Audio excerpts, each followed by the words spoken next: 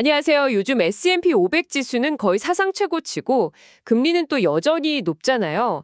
그래서 다들 지금 투자를 시작해도 되나 좀 망설이실 것 같아요. 그렇죠. 단기적인 움직임만 보면 시장이 꽤 부담스럽게 느껴지는 게 어찌 보면 당연하죠. 근데 여기서 관점을 한번 싹 바꿔보는 건 어떨까요? 뭐 당장 내일, 모레가 아니라 앞으로 한 10년 이렇게 긴 시간을 내다보는 거죠.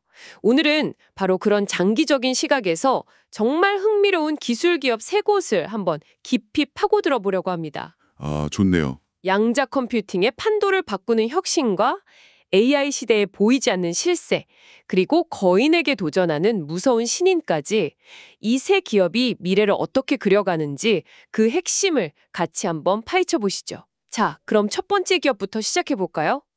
이름부터가 아주 미래적인데 퀀텀 컴퓨팅, QCI라는 회사예요. 네. 이 회사가 양자 컴퓨터를 만드는데 접근법이 아주 독특하더라고요. 보통 생각하는 전자가 아니라 빛의 입자인 광자를 이용해서 데이터를 처리하는 칩을 개발하고 있거든요. 바로 그 지점이 이 회사의 거의 모든 걸 설명해줘요. 왜 굳이 빛을 쓸까? 네, 왜죠? 핵심은 바로 온도에 있습니다. 온도요. 네. 기존의 전자 기반 양자 컴퓨터는요, 그 초전도 상태를 만들어야 해서 어마어마한 냉각 장치로 거의 절대 영도까지 온도를 내려야 하거든요. 무슨 도시 하나 크기의 냉동고가 필요하다 이런 농담까지 있을 정도니까요.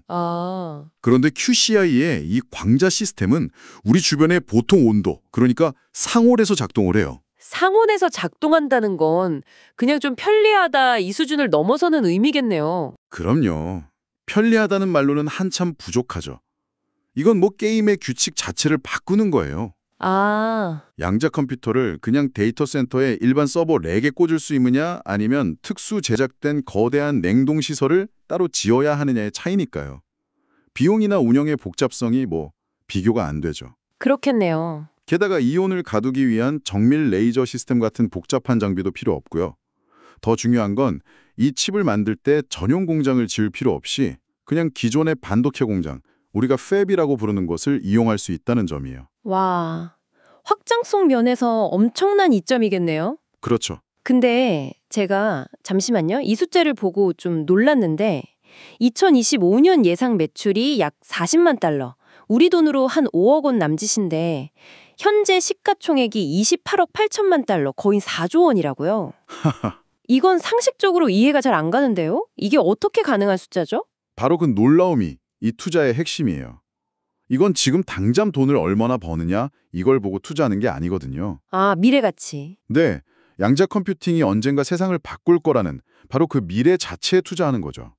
시장은 이 회사가 2027년에는 매출 1,000만 달러를 넘기면서 폭발적인 성장 곡선을 그릴 거라고 기대하고 있는 거고요. 그야말로 고위험 고수익의 전형적인 사례네요. 맞습니다. 만약에 이 기술이 정말로 성공한다면 지금의 가치는 아주 작아 보일 수도 있다는 그런 기대감이 반영된 거죠. 알겠습니다. 근데 기술은 정말 대단한데 결국 반도체 칩 하나만 파는 회사라면 리스크가 너무 크지 않을까요? 요즘엔 애플처럼 하드웨어랑 소프트웨어, 생태계를 다 잡아야 성공하는 거 아닌가요? 바로 그 지점을 QCI도 정확히 알고 있어요. 그래서 이 회사는 단순히 칩만 파는 게 아니고요. 그 칩을 탑재한 자체 양자 시스템, 디렉3를 만들고 더 나아가서 큐탈리스라는 클라우드 플랫폼까지 제공해요. 플랫폼까지요? 네, 개발자들이 이 강력한 양자 컴퓨팅 파워를 쉽게 빌려 쓸 수 있도록 아예 판을 짜는 거죠. 칩에서 시스템으로 그리고 서비스 플랫폼으로 이어지는 큰 그림을 그리고 있는 겁니다. 와, QCI는 정말 10년, 20년을 내다보는 하이 리스크, 하이 리턴의 대표 주자네요. 근데 이렇게 먼 미래 말고요. 바로 지금, 이 순간 폭발적으로 성장하는 AI 시장에도 비슷한 기회가 있지 않을까요? 있죠. AI 모델 자체 말고 그 뒤에서 아무도 주목은 안 하지만 꼭 필요한 일을 하는 그런 회사요. 정확해요. 바로 그런 회사가 있는데 두 번째로 살펴볼 이노데이터가 딱 그 경우입니다. 이노데이터? 네, 보통 AI 프로젝트를 할 때 우리가 보는 그 화려한 알고리즘을 개발하고 훈련시키는 시간은 전체의 20%밖에 안 된다고 해요. 그럼 나머지 80%는 뭘 하죠? 바로 그게 핵심이죠. 뒤죽박죽인 원시 데이터를 정리하고 분류하고 라벨을 붙여서 AI가 먹을 수 있는 깨끗한 밥상으로 차려주는 일에 쓰여요. 이노데이터는 바로 그 지루하고 힘든 80% 시간을 해결해주는 회사입니다. 아, 그 유명한 80대 20 법칙이 여기서도 나오네요. 결국 AI의 성능이 데이터의 질에 달려 있다는 말이군요. 맞아요. 쓰레기가 들어가면 쓰레기가 나온다. AI 업계의 철칙이잖아요. 생성형 AI가 세상을 바꾸는 골드러시라고 한다면 이노데이터는 금을 캐는 사람들에게 가장 튼튼한 곡괭이랑 삽, 청바지 같은 걸 파는 회사인 셈이죠. 아, 금을 직접 캐는 것보다 어떻게 보면 더 안정적으로 돈을 벌 수 있는 사업 모델이네요. 바로 그거죠. 이 회사가 얼마나 중요한 역할을 하는지 알 수 있는 대목이 있더라고요. 시장을 이끄는 매그니피센트 세븐, 빅테크 기업 중에 최소 5곳이 이노데이터의 고객사래요. 와... 세상에서 AI를 가장 잘 안다는 회사들이 자기들 기술의 핵심 재료인 데이터 정제 작업을 이 회사에 맡긴다는 거잖아요. 그건 엄청난 신뢰의 징표죠. 그렇죠. 재무적인 성장세도 그걸 딱 증명하고요. 2024년부터 2027년까지 연평균 매출 성장률이 22%, 주당 순이익 성장률은 13%로 전망이 돼요. 성장세가 견고하네요. 물론 내년 예상 실적 대비 주가가 61배 수준이라서 이게 싸다고 할 순 없어요, 절대로.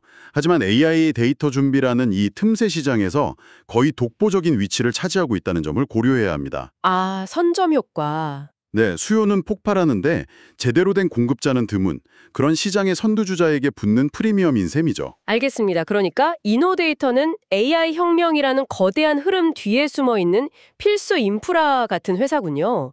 정말 흥미로운 관점이에요. 그럼 마지막으로요. 이렇게 뒤에서 조용히 일하는 회사 말고 아예 정면에서 거인과 싸우는 회사는 어떨까요? 모두가 아는 절대 강자한테 도전장을 내민 그런 다윗과 골리앗 같은 이야기요? 아, 좋습니다. 세 번째 기업 피그마가 바로 그런 회사죠. 피그마. 네, 디자인이나 IT 업계에 계시면 아마 들어보셨을 거예요.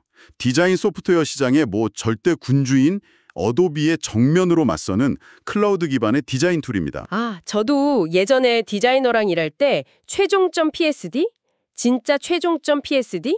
이게 진짜 최종 수정점 PSD. 이런 파일을 수십 번씩 주고받았던 악몽이 있는데 하하하, 다들 그런 경험 있죠. 피그마는 그런 걸 완전히 없애버린 거더라고요. 맞아요. 바로 그거예요. 피그마의 가장 큰 무기는 어도비처럼 무거운 프로그램을 컴퓨터에 설치할 필요 없이 그냥 웹브라우저에서 바로 돌아간다는 점. 그리고 여러 사람이 구글 문서처럼 하나의 파일에 동시에 접속해서 실시간으로 같이 작업할 수 있다는 점이에요. 아, 디자이너, 기획자, 개발자가 그냥 링크 하나로 같은 화면을 보면서 소통하는 거죠. 작업 방식의 혁신을 가져온 거예요. 피그마의 위상이 어느 정도인지 보여주는 아주 상징적인 사건이 있었죠. 네, 있었죠. 2022년에 어도비가 피그마를 무려 200억 달러, 우리 돈으로 27조 원에 인수하려고 했어요. 네네. 그런데 각국 규제 당국이 이건 독점을 강화하는 행위다라면서 엄청나게 반대를 해서 결국 무산됐죠. 맞아요. 근데 이게 역설적으로 엄청난 의미가 있어요. 어떻게 보면 정부 기반이 공인을 해준 셈이거든요. 아, 피그마는 어도비의 독주를 막을 수 있는 유일하고 가장 강력한 경쟁자다. 네, 바로 그거죠. 이보다 더 확실한 인증이 어디 있겠어요. 그러네요. 성장세를 보여주는 숫자들도 정말 인상적이에요. 특히 순달러 유지율? 이게 134%라는 숫자가 눈에 띄던데 이게 정확히 어떤 의미인가요? 이 134%라는 숫자가 피그마의 진짜 무서운 점이에요, 이게. 비유를 하자면 정말 좋아하는 단골 식당이 있는데 그 식당이 너무 좋아서 갈 때마다 친구들을 더 데려가고 안 시키던 사이드 메뉴까지 전부 시키게 되는 것과 같아요. 아, 작년에 100원을 썼던 고객들이 올해는 아무런 마케팅 없이도 자발적으로 134원을 쓰고 있다는 뜻이거든요. 와. 고객이 떠나지 않는 건 기본이고 오히려 스스로 돈을 더 쓰게 만드는 마법 같은 숫자죠. 제품에 대한 만족도가 얼마나 높은지 그냥 극명하게 보여주네요. 그렇죠. 와, 그렇게 들으니까 정말 대단하네요. 매출 총이익률이 88%나 되는 것도 그런 자신감에서 나오는 거겠군요.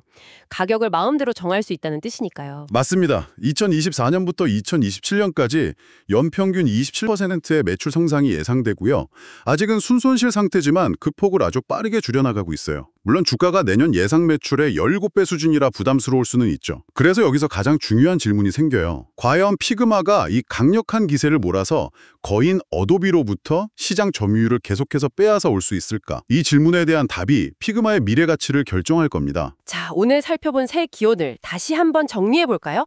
첫 번째 QCI는 양자 컴퓨팅이라는 거대한 미래에 투자하는, 성공하면 모든 걸 바꿀 수 있는 문샷 베팅이었고요. 두 번째 이노데이터는 화려한 AI 혁명 뒤에서 가장 중요하고 또 굳은 일을 도맡아 하는 없어서는 안 될 인프라 같은 회사였죠. 그리고 마지막 피그마는 강력한 제품력과 고객 충성도를 무기로 거대 기업의 아성을 무너뜨리고 있는 이미 검증된 파괴적 혁신가였습니다. 네. 이 세 기업은 모두 단기적인 시장의 소음, 그 너머를 봐야 한다는 공통점이 있어요. 양자혁명, AI 데이터의 병목 현상 해결, 또 클라우드 기반 협업으로의 전환이라는 거대한 시대적 흐름에 올라타 있다는 걸 이해하는 게 중요하죠. 각자 다른 방식으로 미래의 문제를 풀고 있는 거예요. 오늘 우리는 미래 성장을 위한 세 가지 다른 경로를 살펴봤어요. 그리고 이건 우리에게 한 가지 흥미로운 질문을 던져주는 것 같아요. 10년 후 세상을 바꾸는 가장 가치 있는 기업 기술은 과연 우리 눈에 잘 띄는 화려한 앱을 만드는 회사일까요? 아니면 오늘 살펴본 기업들처럼 그 모든 것을 가능하게 만드는 보이지 않는 핵심 인프라를 구축하는 회사일까요? 한 번쯤 깊이 생각해 볼 만한 문제인 것 같습니다.